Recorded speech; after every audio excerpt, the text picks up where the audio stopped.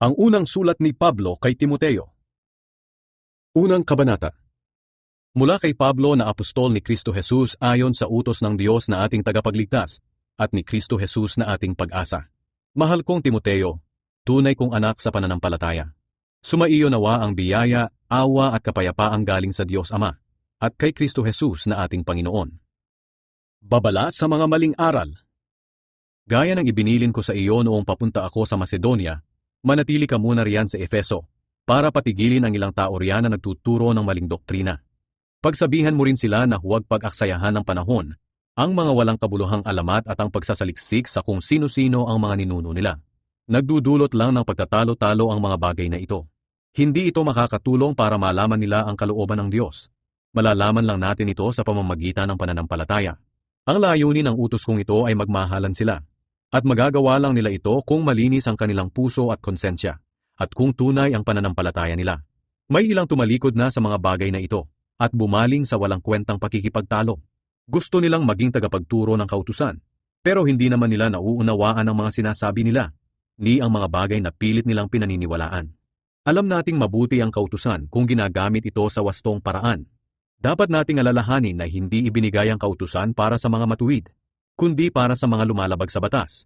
Suwail, ayaw kumilala sa Diyos, makasalanan, walang hilig sa kabanalan, lapastangan, pumapatay sa sariling magulang, at mga mamamatay tao. Ang kautusan ay binigay din para sa mga gumagawa ng sexual na imoralidad, mga nakikipagtalik sa kapwa lalaki, kidnapper, sinungaling, at tumetestigo ng hindi totoo, at sa sino mang sumasalungat sa tamang aral na naaayon sa magandang balita ng dakila at mapagpalang Diyos. Ipinagkatiwala sa akin ang magandang balitang ito para ipahayag. Pasasalamat sa awa ng Diyos. Nagpapasalamat ako kay Kristo Jesus na ating Panginoon na nagbigay sa akin ng lakas na maglingkod sa Kanya dahil itinuring niya akong mapagkakatiwalaan. Kaya nga pinili niya akong maglingkod sa Kanya kahit na nilapastangan ko siya noong una. Bukod pa riyan, inusig at nilait ko ang mga sumasampalataya sa Kanya. Ngunit kinaawaan ako ng Diyos. Dahil ginawa ko ito noong hindi pa ako sumasampalataya sa Kanya, at hindi ko alam ang ginagawa ko. Sadyang napakalaki ng biyayang ipinagkaloob sa akin ng ating Panginoon, pati na ang pag-ibig at pananampalataya na napa sa atin dahil kay Kristo Jesus. Ito ang katotohanang dapat tanggapin at paniwalaan ng lahat. Naparito si Kristo Jesus sa mundo para iligtas ang mga makasalanan. At ako ang pinakamakasalanan sa lahat.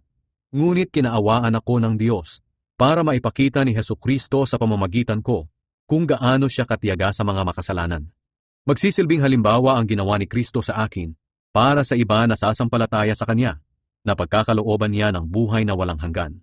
Purihin at dakilain magpakailanman ang Haring walang hanggan at walang kamatayan, ang di nakikita at nag-iisang Diyos. Amen.